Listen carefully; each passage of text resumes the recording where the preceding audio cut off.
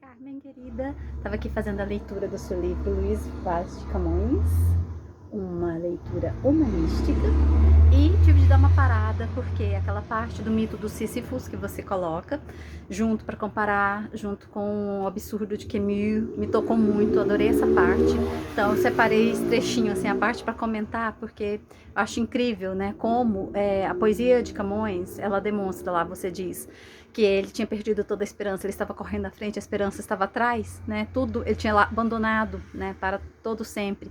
E o mito do Sísifos também demonstra isso, que ele estava vivendo a vida dele, né? Lá e os deuses subjugando todo mundo, e ele não era muito a favor disso, sendo filho do vento, lógico, inconstante. E vendo as coisas erradas, ele tentava fazer o certo, mas com aquela alma vingativa, com aquela alma, né? Pelos meios, os fins justificam os meios. E naquele tempo foi dito que Zeus o puniu, levando para o Hades, e ele tentou até enganar Zeus, voltando a viver com a esposa dele, fingir que ele não estava morto, e desse modo foi condenado a rolar a sua pedra incessantemente e nunca alcançar o cume. Então é isso que eu achei interessante. A nossa vida, né? O Camões, ele expressava que ele viveu bastante. É dito no início da vida dele, pouco conhecido, né? Mas é dito que ele era filho abastado de uma família, teve boa educação, teve escola. Até peguei um filme dele para assistir na internet, que eu gosto muito de Camões também. E aquela vida abastada e tal, né, cultural, com conhecimento. E ele internalizou isso tudo, de tanto internalizar isso e vivenciar as experiências que ele vivenciava nas caravelas e vendo, descobrindo naquela época o mundo, né, o mundo desconhecido. E ao final da vida ele teve várias doenças, teve que enfrentar muita coisa, teve que enfrentar a pobreza, o abandono. E isso, assim, demonstra que tudo na vida, né, o que vale a pena. E no final do Sísifos, no final do dia, que seria o final da vida, a pedra rola de volta. Mas o que aconteceu? Ele não alcançou o cume. E o que seria o cume? A gente ter uma visão total, a gente ter uma visão aquela que os deuses guardam para si, que os deuses acham, né? Que os deuses, nós, seres humanos, o nosso comando que nos comanda. Nós somos deuses de nós mesmos. E o que está nos comandando e impedindo de alcançar aquele cume. Então, temos que internalizar, temos que trazer isso para dentro de nós. E aí eu lembrei muito do pai do existencialismo, Søren Kierkegaard, da Dinamarca, né, o maior filósofo dinamarquês, e lembrei da filosofia dele, do either or, né, do enten eller em dinamarquês, ou isso ou aquilo. E também da filosofia dele que diz sobre os estágios da vida, o estético, o ético e o religioso. Que começamos tudo na vida, né, no estético, tudo é beleza, tudo é juventude, tudo vale a pena correr atrás por todos os preços. De repente começa o ético, né? Será que realmente vale a pena aquele peso que estamos carregando? E isso, será que vale a pena levarmos?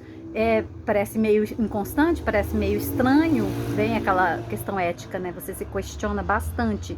Valeu? Valerá? E se você não internalizar, né? Não trouxer para o religioso, o que é religioso? O que é religião? Quem é Deus? Né? A gente não sabe, ele está dentro da gente. Então tudo é internalizado, cada um tem o seu, cada um respeita o seu, né? E tudo internalizado. E não se torna um peso, porque está por dentro, a gente não carrega o fardo da ética, né? Não tem aquele peso. E o religioso, então, é aquilo, chegar ao topo da montanha e ter uma visão geral. E esse passo é o mais doloroso, porque você tem que levar aquele peso do ético e transformá-lo em quê? Em internalização do ser, compreensão global 360, onde você está no cume, no topo, e 360 é a sua visão. Né? De lá você observa, de lá você comanda a sua vida.